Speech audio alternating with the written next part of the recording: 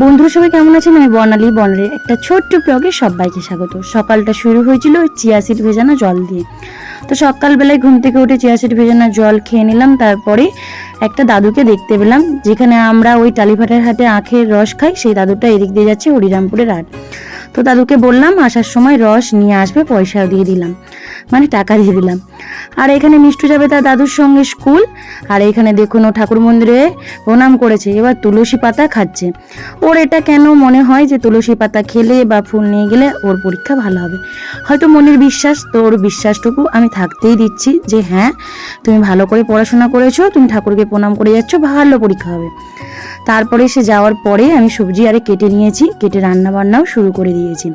এখানে ভেন্ডির তরকারি হচ্ছে আর পটল আলুর তরকারি হচ্ছে, তার সঙ্গে হবে মাছের তরকারি।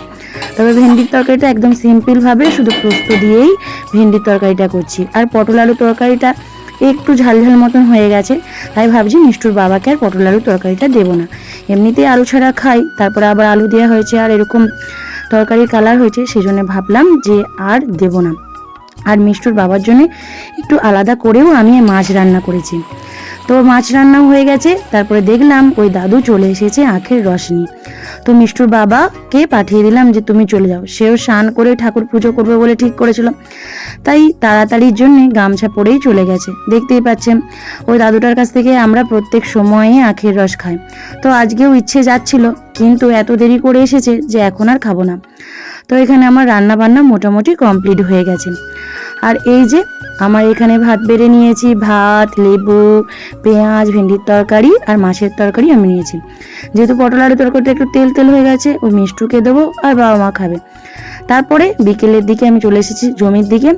এইখানে এই যে দুষ্টুটা ঘাস তুলছে, ঘাস দেখছে, আমি একটু গামলায় বসেছি বলে ও ঠাম্মির কাছ থেকে পিঁড়ে নিয়ে এইরকম করে বাবু হয়ে বসে ঘাস তুলছে। তো ওর সঙ্গে একটু দুষ্টামি করছি। আর মিষ্টু তো ঘুমাচ্ছে, ওর বাবা বলেছিল চ নিয়ে যাব, যে না আমি এখন একটু ঘুমাবো। তাই ভাবলাম ও ঘুমাক, আর আমরা এদিকে জমির দিকে এসেছি, সবাই মিলে একসঙ্গে গল্প করছি। ও মা ঠাকুমার সঙ্গে ও ঘাস তুলছে। তারপরে বিকেলটা তো এরকম ভাবে কাটালাম। তারপরে সন্ধ্যাতে মিষ্টুকে একটু পড়ালাম, আর আমি আর মিষ্টু খেলাম দুধ কর্নফ্লেক্স, আর মিষ্টুর বাবা, ঠাম্মা, দাদু সবাই খেলো মুড়ি, তার সঙ্গে ছিল তরকারি। এইভাবেই সারাদিনটা কাটালাম। ভালো লাগলে পেজটা ফলো করবেন।